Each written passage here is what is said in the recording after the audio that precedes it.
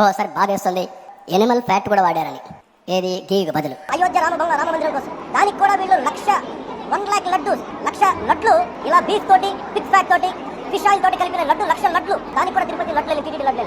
CBI ఏం charge sheet వేసింది? ఇంతకన్నా పాపం కొట్టలేదు. దాంట్లో గొడ్డు కొవ్వు కానీ లేదా పంది కొవ్వు కానీ చేప నూనె కానీ కలవలేదు. ఇది అబద్ధం అని చెప్పి చెప్పింది కదా.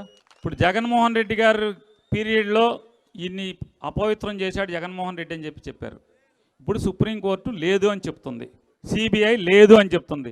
ఆ సిబిఐ వేసిన సిట్లో ఆంధ్రప్రదేశ్ సంబంధించినటువంటి 3 ఆఫీసర్లు ఉన్నారు. వీళ్ళు మొత్తం ఢిల్లీ వాళ్ళు కాదు, 3 ఇక్కడ వాళ్ళే ఉన్నారు.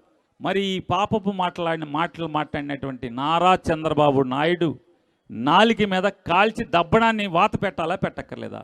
ఇంత పాపం చేసినటువంటి లేదా సాక్షాత్తు కలియుగ దైవం వెంకటేశ్వర స్వామి భక్తులందరినీ కూడా ఇంత అపహాస్యం పాలు చేసి, హిందూ మతాన్ని అపహాస్యం పాలు చేసి, ప్రజల నమ్మకాన్ని భక్తుల నమ్మకాన్ని అపవిత్రం చేసినటువంటి నారా చంద్రబాబు నాయుడు గారికి ఒళ్ళంతా వాతలు పెట్టి తిరుపతి గుడి చుట్టూ తిప్పాలా తిప్పక్కర్లేదా? పొల్లు దండాలు పెట్టిస్తా.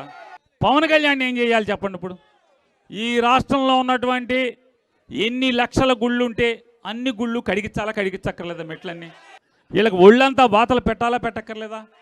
ఏం చేస్తే ఈ పాపాలు పోతాయి? ఎందుకయ్యా ఈ బతుకు? వేరే బతుకు తెలియక సార్. అంటే ఎంత దుర్మార్గం అంటే వీళ్ళు ఎంత దుర్మార్గులో చూడండి. అంటే రాజకీయం కోసం, తుచ్చమైన రాజకీయం కోసం, ఈ కక్కుర్తి ఈ అధికారం కోసం దేవుడు ప్రసాదాన్ని అడ్డం పెట్టుకోవటం. సార్ వీడిని ఏం చేద్దాం సార్? చెప్పు తీసుకొట్టండి సార్.